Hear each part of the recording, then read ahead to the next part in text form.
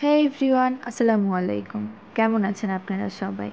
আজ আমি আপনাদের বানিয়ে দেখাবো মজাদার লেমন চিকেন।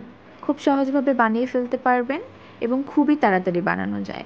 শুরুতে এখানে আমি নিয়েছি আদা, রসুন, ধনেপাতা, কাঁচামরিচ এবং পেঁয়াজ। সবগুলো ভালোভাবে পেস্ট করে নিতে হবে।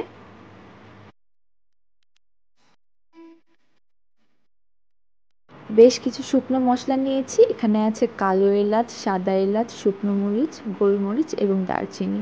এগুলো ড্রাই রোস্ট করে গুঁড়ো করে নিব। চিকেনের মধ্যে ১ টেবিল চামচের মতো লেবুর রস দিয়ে নিচ্ছি।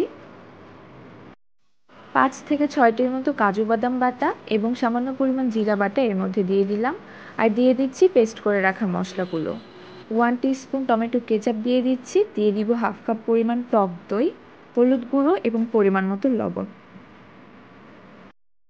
কুচিয়ে রাখা পেঁয়াজের মধ্যে দিয়ে দিচ্ছি। সবগুলো উপকরণ চিকেনের সাথে ভালোভাবে মিশিয়ে ম্যারিনেট করে ৩০ মিনিট রেখে দিতে হবে। প্যানে পরিমাণ মতো সয়াবিন তেল দিয়ে তেল গরম হয়ে এলে ম্যারিনেট করে চিকেনগুলো এর মধ্যে দিয়ে দিতে হবে। ব্যাস, এরপরে ঢেকে ১৫ মিনিটের মতো রান্না করে নিব। প্রায় ১৫ মিনিট রান্না করার পরে চিকেনগুলোর পানি শুকিয়ে যাবে এবং সেদ্ধ হয়ে আসবে। এ পর্যায়ে এখানে সামান্য পরিমাণ চিনি দিয়ে দিতে হবে। চিকেনগুলো থেকে যখন তেল ছেড়ে আসবে সে পর্যায়ে এখানে দিয়ে দিচ্ছি লেবুর খোসা কুচি, কাঁচামরিচ আর শুরুতেই গুঁড়ো করে রাখা শুকনো মশলাগুলো। আর দিয়ে দিব সামান্য পরিমাণ ধনেপাতা।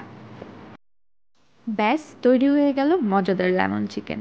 এটি আপনারা ভাত, পরোটা অথবা পোলাওয়ের সাথে সার্ভ করতে পারবেন। আমার আজকের ডিশটি আপনাদের কেমন লেগেছে আমাকে অবশ্যই জানাতে ভুলবেন না। পরবর্তীতে নতুন ভিডিও পেতে আমার চ্যানেলকে অবশ্যই সাবস্ক্রাইব করবেন। সবাই অনেক ভালো থাকবেন। আল্লাহ হাফেজ।